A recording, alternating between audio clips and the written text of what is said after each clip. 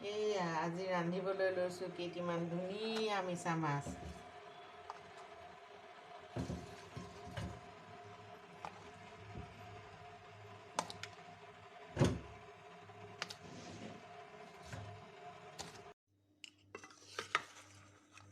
এয়া আমি চাফা কৰি এতিয়া মাছখিনি অলপ নিমখ হালধি মাখি থৈছোঁ।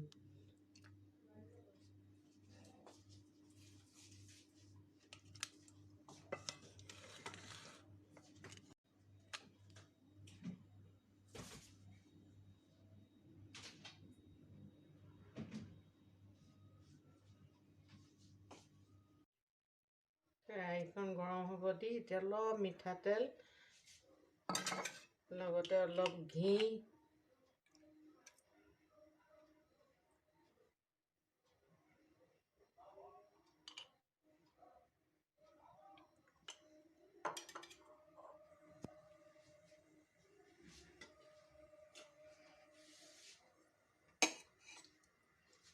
মিঠাতেল গৰম হ'ব দি এতিয়া তাত আগতেই তেল হালধি নিমখ মোহাৰি থোৱা মাছকেইটা ফ্ৰাই কৰি লৈছোঁ।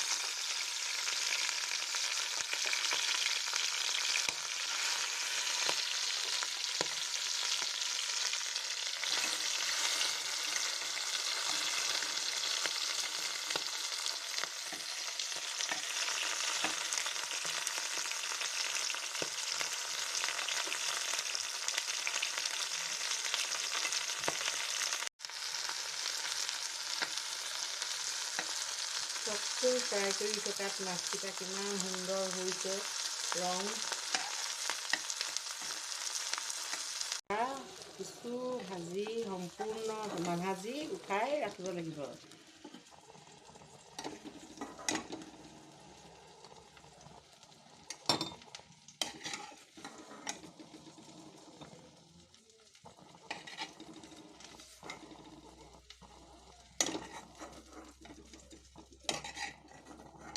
কেৰাহীখন অকণ গৰম কৰি এতিয়া অলপ মিঠাতেল দিয়ক।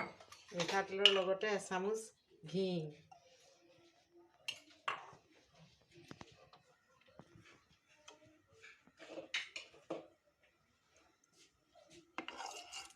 ঘিৰ লগত এতিয়া গৰম মছলা তেজপাত দিলোঁ।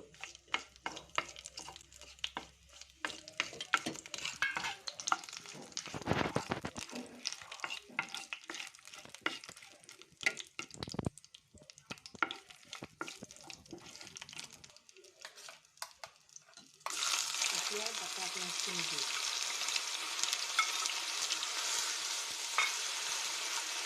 পিঁয়াজখিনি কম জুইত ভুনি কিছু ৰঙচুৱা হ'বলৈ দিছোঁ। লগতে দুটা পকা জলকীয়া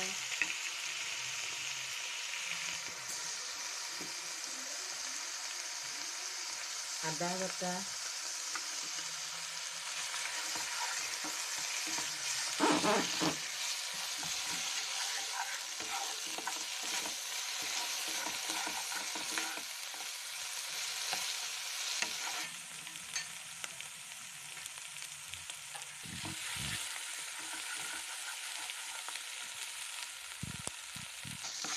পিঁয়াজখিনি ৰঙচুৱা হৈ পৰাত এতিয়া লাহেকৈ জিৰা ধনিয়া হালধি পাউডাৰ ফেটি ঢালি দিছোঁ। ঢালি এতিয়া কিছুক্ষণ ভাজিম।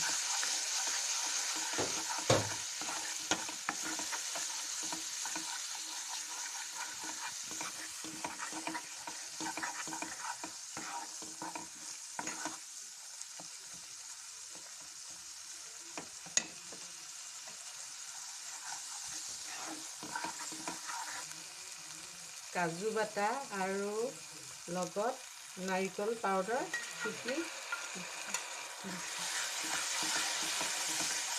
একেলগে আটাইখিনি মছলা ভালদৰে ভুনি ল'বলৈ লৈছোঁ।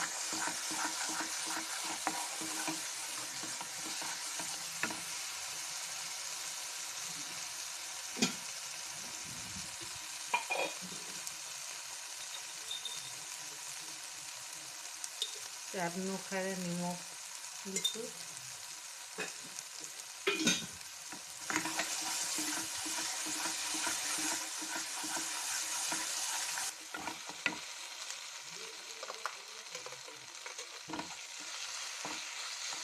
পিঁয়াজ মছলাখিনি কিছু সিজাৰ পিছত সিজা যেন অনুভৱ কৰিলেই আমি লগত তেতিয়া বিলাহীখিনি দিব লৈছোঁ।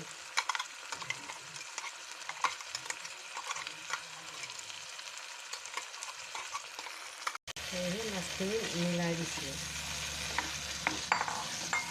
মাছখিনি দি ভালদৰে মছলাবিলাক প্ৰতিটো মাছত সোমোৱাকৈ তল ওপৰ কৰি লৰাই দিব লাগে। মাজত কেইটুকুৰমান কেপচিকাম দিছোঁ।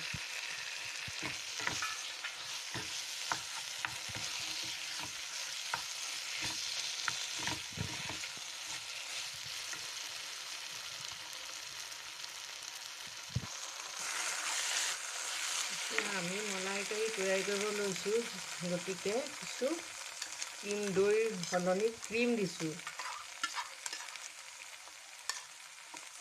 আপুনি ক্ৰীম নহ'লে দৈও দিব পাৰে।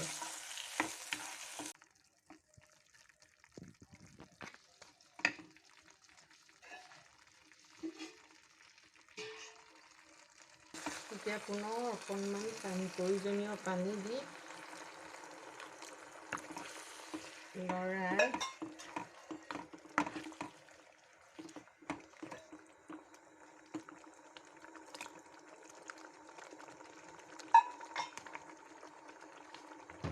ঢাকোন মাৰি কিছুক্ষণ কম জুইত এতিয়া সিজিবলৈ দিম। এইয়া তৈয়াৰ হৈ গ'ল আমাৰ মিছা মাছৰ মলাই কাৰী। এতিয়া আমি গেছটো অফ কৰি পৰিৱেশন কৰিবলৈ পাত্ৰত লওঁ। পৰিৱেশন কৰোঁতে অকণমান ক্ৰীম আৰু ধনিয়া দি গাৰ্নিছ কৰি দিছোঁ।